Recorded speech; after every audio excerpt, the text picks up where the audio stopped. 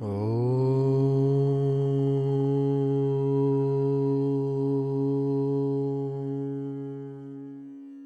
all-powerful Lord Shiva, the Nataraj, the king of dancers, is now lying prostrate. His hands and legs, raised for Tandav, are being covered in hay and rags. His body bandaged in gunny bags. The Supreme is lying helpless, like a leper. The Mahakaleshwar's fierce dance of annihilation and ecstasy brought to a standstill by measly men.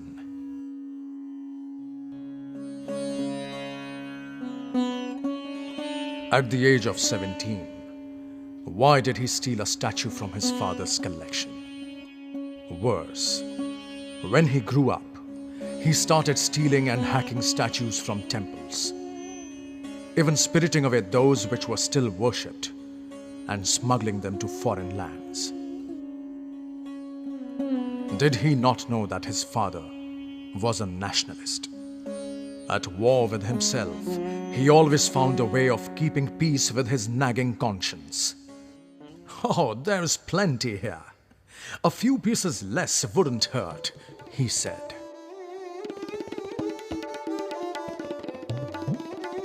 Masterji, who raised his late father, bequeathed him his ancestral house at Prahlad Ghat, Banaras.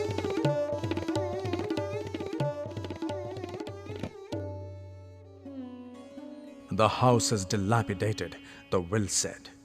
But in the bowels of the earth, there is a rich repository of valuable historical relics, and the evidence of which is left in my steel trunk. Please, he had pleaded, do it for my sake. If my father did not bother, why should I? Was Pashan's characteristic response. Why would he? Antique trade had become second nature to him. His adrenaline peaked every time he came across something rare.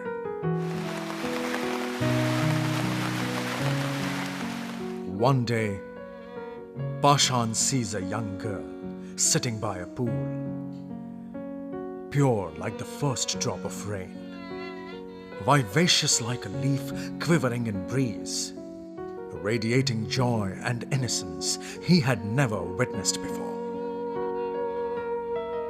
He marries her, hoping she'll light up his life.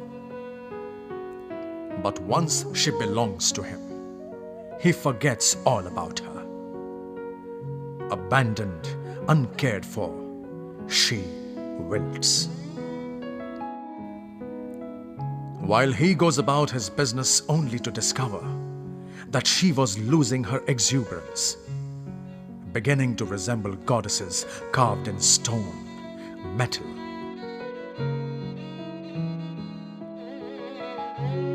When the life in her is nearly snuffed out, he wonders what he could do with her.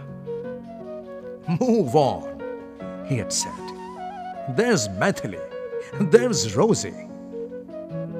But he was unable to ignore that her soul was still glowing. With her quiet strength, she was already reconnecting him to living. Without speaking, she was raising questions which he was unwilling to answer. It was time he answered. Did Pashan not realize that Anupama was his last chance? Stealing Gods by Ela Pal.